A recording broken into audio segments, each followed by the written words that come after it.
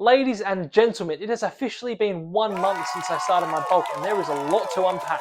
So in today's video, I'm going to tell you a couple of things that I've learned and a couple of things that I need to do just a little bit better.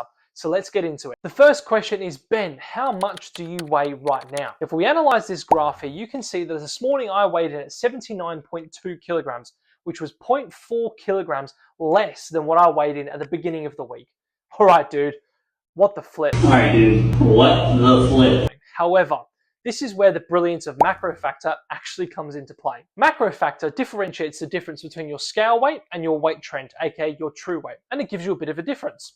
You see the difference? What? Now I have a little bit of evidence to back this up. 2 days ago I weighed in at just over 80 kilos and 2 days later I weighed in at 79.2. Macro factor is great at removing those day-to-day fluctuations that the scale weights wouldn't actually take into account. I'm dubbing over myself here because what I said was actually wrong. My true weight did come to 79.2 kilos at the end of the week, so my disappointment was invalid, but it's something good to take into consideration if you are weighing yourself consistently, that things will fluctuate. What's next? Yes. What do I look like now? Well, look at that absolute definition right there. No, that's embarrassing. You twat. Let me take you back to what I looked like at the beginning of the bulk. Again, I have no idea what I'm doing with my poses. I probably need to take more progress photos, but that's exactly what I looked like at the beginning of week 1. And this is what I look like now. Now, if you follow my videos, you will see that I go to the gym 6 days every single week.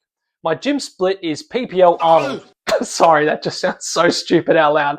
PPL Arnold is push, pull, legs with a rest. And then Arnold is chest and back and a second variation of a leg day and a arms and shoulders day to finish it off. Arms and shoulders I do as a separate workout because I feel like I need to feel out my shoulders and my arms a little bit more than I would get not doing it. My first leg day is a quad focus and my second leg day is hamstring focus. I'm basically training every single muscle group at least twice per week. This week, I ate 21,837 calories, which was a daily intake of around 3,118.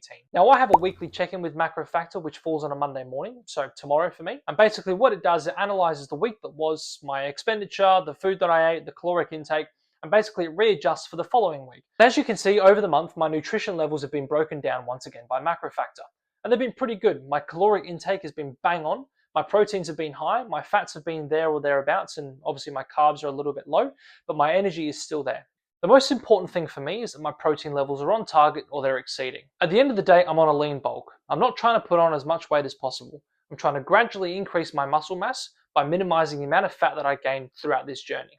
And that's it for today. If you haven't checked out my other videos, please do. I'm currently building an outdoor home gym, which is a bit of a DIY project for myself.